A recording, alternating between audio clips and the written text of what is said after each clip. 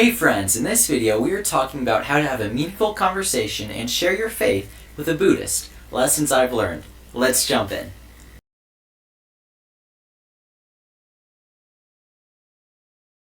Hey friends, I'm Ash Leatherwood, your friendly neighborhood apologist.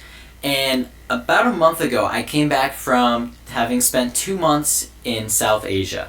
It was an amazing trip, getting to learn about a new culture, getting to learn some new languages, getting to experience a lot, taste a lot of spicy food, and meet a lot of new friends.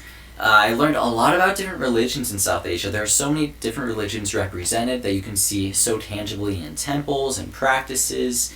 It was just an amazing experience. One of the religions that I got to interact with a bit was Buddhism. And some would say it's religion, some would say it's more philosophy. Either way, there are people that identify as Buddhists and say it's a way of life, a way of thinking about what comes after, what came before, all this stuff. So for those matters, I consider it a religion.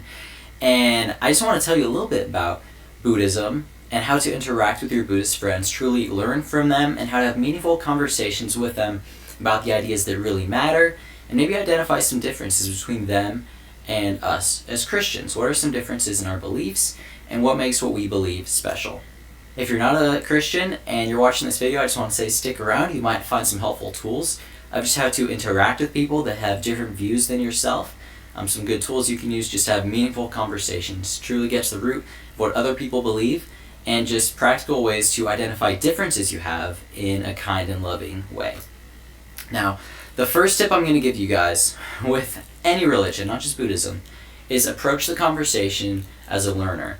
For me, someone who's studying philosophy and anthropology, that's pretty easy because I actually am interested in learning from people about their cultures, languages, religions, traditions, all this stuff. I just eat it up. I love to learn about it. But the sooner you can truly be genuinely curious about this stuff, the easier these conversations are going to be for you. When you just set out to argue with somebody over stuff, there'd be a lot of people that are automatically turned off. And we should approach this with tender hearts, meekness, and true curiosity. This is stuff that matters, and it's interesting. So approach these conversations as a learner with a heart of curiosity, not just wanting to make your point and get out of the conversation, but truly learn from the other person in the conversation. At the very least, even if you completely disagree with them, you can learn from them about what it is that they believe. So approach this conversation as a learner, and you actually will walk out with more knowledge than you had going in.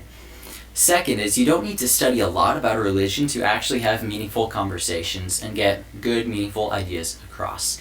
I think the best way to learn about a religion and philosophy is just to talk to people who hold it. So if you're wanting to interact with more Buddhists, I don't want to say, okay, read 5 books and then start doing it. No. Make some Buddhist friends, start talking to them. Ask them to walk you through what Buddhism is, what's the philosophy, what are the traditions, what are the beliefs, and what does that look like in practical life. Just have them teach you. They're going to be the greatest teachers you can have, learning from real Buddhists in real time. So that's going to be the second tip I have for you guys. Don't start reading a ton of books. Just start interacting with them as you meet them around you.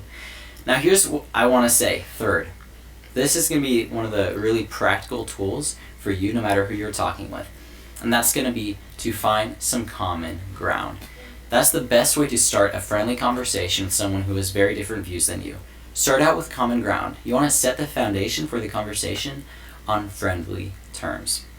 So the best way to do this, in my experience, is to compliment something about their beliefs, something you like, something that sounds good to you, or maybe something that is similar between the two. So for example, when I'm talking to a Buddhist, I just know a couple things that I'll use to start the conversation off. When I find out they're Buddhist, it comes up in conversation. I'll say like, I think Buddhism is really interesting. I think there's some really important things we can learn from Buddha. Alright, first, his real name was Siddhartha Gautama. Sorry if I completely butchered the pronunciation, I'm learning. I don't speak this language fluently. But he was a prince, right? He was very wealthy, he had a whole empire at his disposal, but he left it all behind. You know why? Because he said he was seeking the light. He knew there had to be more to life than just possessions and wealth and riches and power. I think that's something important that we can learn from Buddha, something that I really appreciate. I think it's important because we get caught up in this life just chasing riches and power and prosperity. And at the end, we see that Buddha had it all, and he left it behind. He knew there had to be something greater out there about life. So that's something that I really like about Buddhism. It's not very materialistic. They know that there must be something more to life, something greater to live for and to be discovered. Now, Buddha said he was seeking the light. He said, I, myself, am not God, but I am seeking the light. So that's something that I find very interesting. I'm a Christian. I believe in Jesus because Jesus said, I am the light of the world. I think that if Buddha knew about Jesus, I think maybe he would be a Christian too, because he said he was seeking the light. He said he was not God, but he was seeking the light. And Jesus said, I am the light of the world. So that's one reason I follow Jesus, and I think Buddha might have been interested in that too. I think that we both try to solve problems as to human desire and what is the ultimate solution and fulfillment to human life. I think that to some extent, detachment from material desires is important, right? Jesus said to store up for yourself treasures in heaven, not on earth where moth and vermin destroy and thieves break in and steal, but to find something more eternal, something that we can found our lives on and truly hold to even past this life. So I believe as a Christian that God created humans being in perfect relationship with himself, and that the problem that arose in the world and that we see around us is that all of us as humans shunned his authority over us. We want to do life our own way and for our own purposes. That's one reason that we're so materialistic. We love stuff, and we think that that's going to be the whole point of our lives. Just build up more stuff, collect more stuff, and that's going to be great. So I think that's one thing that Buddha was right about. Like, this can't be what life's about. There must be something more to life than this. So that's something that I appreciate about him. So ultimately, we're guilty before God because we've shunned his authority over us, right? It's like if we're in a country and we commit treason to the king. We walk up to him and spit on him, right? That's not good. That's not good. There's a punishment for that. And if nothing changes, we're going to be exiled and punished by this king of the universe forever in a place called hell. When we die, we're going to be separated from him forever. That's what we as Christians believe. And the good news is, it doesn't just end there. God does something through Jesus. He sends Jesus, who lives a perfect life. He dies on the cross to make a payment for our rebellion against God, for our crimes against him. And then he does something that no one else did. Not Buddha, not anyone else.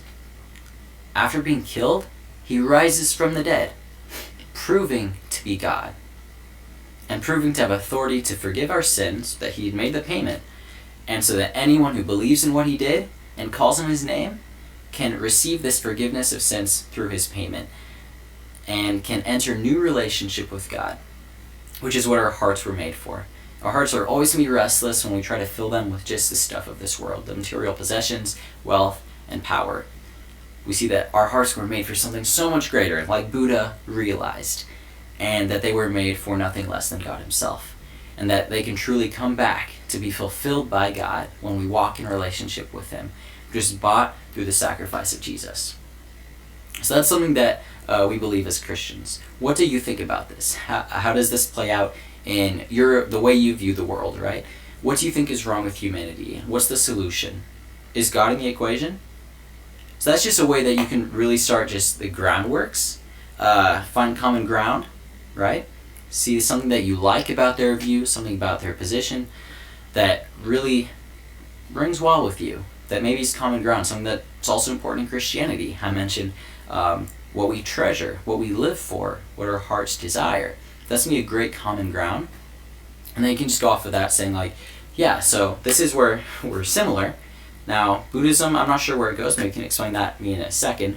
But just to show maybe how it's different, in Christianity, it goes off this way. And this is the solution to the problem. And this is what I believe. What about you? What's the solution to the problem in your religion and your views? Tell me about that. And then just ask good questions. It's really all the tips I have for you guys. I don't want to give you a whole dissertation on Buddhism because I think you'll learn it much better from a Buddhist themselves than from me. At some point, I would love to have a Buddhist on this channel for an interview. Not to debate, but really just to have a good discussion, talking through Buddhism and Christianity, similarities and differences. I think it'd be good not only to get that material out there, but also just to have an example of what these friendly conversations can look like, right? I'm the friendly neighborhood apologist. It starts with being friendly. I think that's going to help you a lot in the conversations you have, not just with Buddhists, but anyone who has a different view other than yourself. So, have the attitude of a learner, be genuinely curious, find common ground, and ask good questions and see where that leads you in conversation. That's going to be a great way to learn from people about their views. It's going to be a great way to have these meaningful and positive, friendly conversations.